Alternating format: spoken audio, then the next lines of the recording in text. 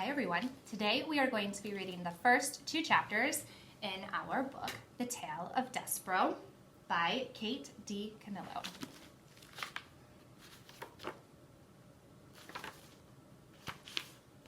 Before we begin, there's a passage, and it reads, "The world is dark and light is precious. Come closer, dear reader. You must trust me. I am telling you a story." Book 1, A Mouse is Born. Chapter 1, the last one.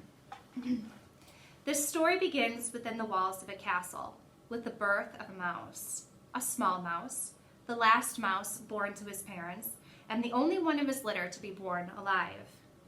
"Where are my babies?" said the exhausted mother when the ordeal was through. "Show to me my babies." The father mouse held the small mouse up high. "There is only one," he said. "The others are dead." "Mon Dieu, just the one mouse baby?" "Just the one. Will you name him?" "All of that work for nothing," said the mother. She sighed. "It is so sad. It is such the disappointment." She was a French mouse who had arrived at the castle long ago in the luggage of a visiting French diplomat. Disappointment was one of her favorite words. She used it often.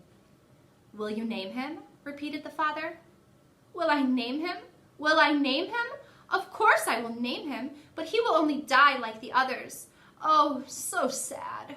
Oh, such the tragedy."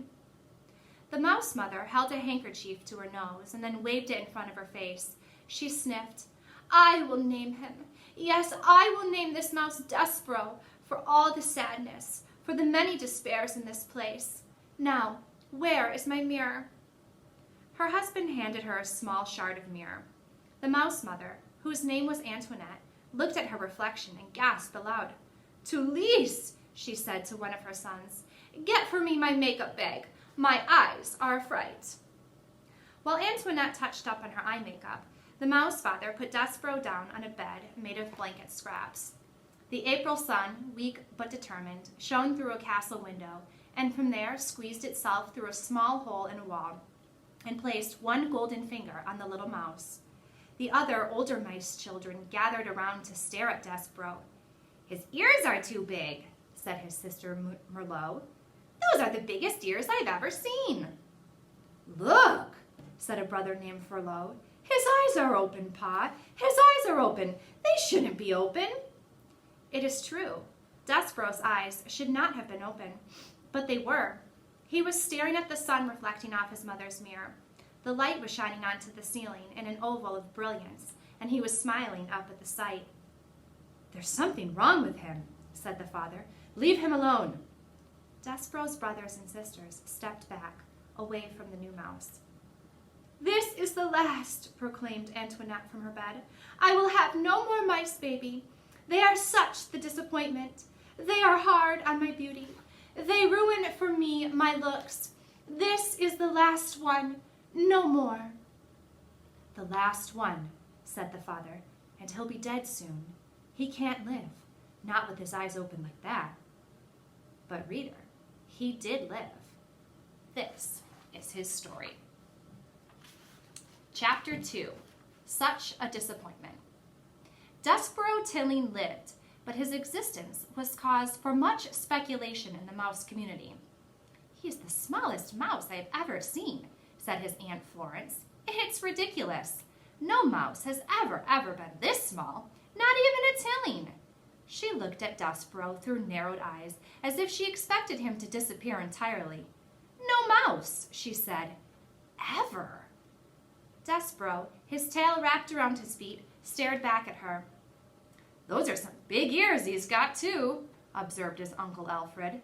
"They look more like donkey ears, if you ask me." "They are obscenely large ears," said Aunt Florence. Despereux wiggled his ears. His Aunt Florence gasped. "They say he was born with his eyes open," whispered Uncle Alfred. Despereux stared at his uncle. "Impossible," said Florence. "No mouse, no matter how small or obscenely large-eared, is ever born with his eyes open. It simply isn't done." His Pa Lester says he's not well, said Uncle Alfred. Despereux sneezed. He said nothing in defense of himself. How could he? Everything his aunt and uncle said was true. He was ridiculously small. His ears were obscenely large. He had been born with his eyes open. And he was sickly. He coughed and sneezed so often that he carried a handkerchief in one paw at all times. He ran temperatures. He fainted at loud noises. Most alarming of all, he showed no interest in the things a mouse should show interest in. He didn't think constantly of food.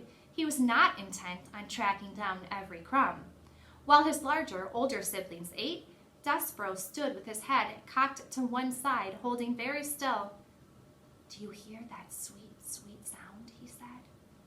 "I hear the sound of cake crumbs falling out of people's mouths and hitting the floor," said his brother to Lise. "That's what I hear." "No," said Despereux. "It's something else. It sounds like, honey." "You might have big ears," said Talise, "but they're not attached right to your brain. You don't hear honey. You smell honey. When there's honey to smell, which there isn't." "Son," barked Desperoux's father, "snap to it. Get your head out of the clouds and hunt for some crumbs." "Please," said his mother, "look for the crumbs. Eat them to make your mamma happy. You are such the skinny mouse. You are a disappointment to your mamma." "Sorry," said Despereux. He lowered his head and sniffed the castle floor. But reader, he was not really smelling. He was listening with his big ears to the sweet sound that no other mouse seemed to hear. The end for today. Tomorrow we will have another guest reader come in and read the next couple chapters in our book.